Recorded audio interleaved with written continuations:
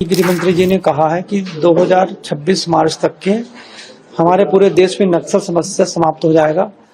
छत्तीसगढ़ की जो नक्सली समस्या है, आपने देखा होगा कि हमारे जवान बहुत हिम्मत के साथ लड़ रहे हैं, बड़ा बड़ा ऑपरेशन हुआ है। अब छत्तीसगढ़ में भी नक्सली अंतिम सांसें गिन रहे हैं। नक्सली समस्या समाप्त निसंदेह होगा, ये हमारी सरकार की प्रतिबद्धता है। हमारे जवान वहाँ लड़ रहे हैं और बस्तर भी विकास की मुख्य धारे में जुड़ेंगे। सरकार की सारी योजनाओं का लाभ वहाँ की जनता को मिलेगा। एक बड़ी समस्या का समाधान हो रहा है भारतीय जनता पार्टी की सरकार, और ये डबल इंजन की सरकार की देन है। जहां तक खैरागढ़ से परमल कासा नई रेल परियोजना का जो स्वीकृतियां मिली है, यह छत्तीसगढ़ के विकास के लिए मील का पत्थर साबित होगा।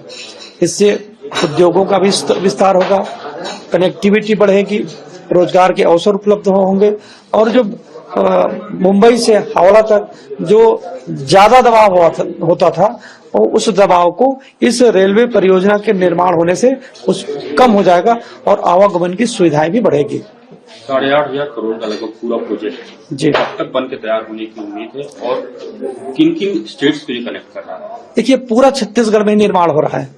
छत्तीसगढ़ के खैरागढ़ से ये प्रारंभ होकर के छत्तीसगढ़ के परमल कासा यानी राजनांदगांव दुर्ग के बीच में परमल कासा तक का ये कनेक्टिविटी होगा। आगे फिर ये महाराष्ट्र से जुड़ती है, तो मुंबई से हावड़ा जो रेल लाइन है उस पर बेहद दबाव होता है। उस दबाव को ये बाईपास के माध्यम से कम करने का प्रयास किया जा रहा है।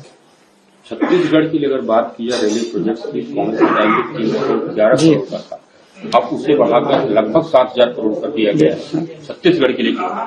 कितनी बड़ी सौगात है। मैं आपके माध्यम से छत्तीसगढ़ के हमारे सभी भाइयों बहनों से कहना चाहूंगा, कांग्रेस की सरकार में किस तरह से अनदेखा किया जाता था छत्तीसगढ़ के विकास के लिए, रेलवे कनेक्टिविटी के लिए मात्र 311 करोड़ का बजट, और हमारी जब सरकार आई तब 47,000 करोड़ के बजट का प्रावधान किया गया है।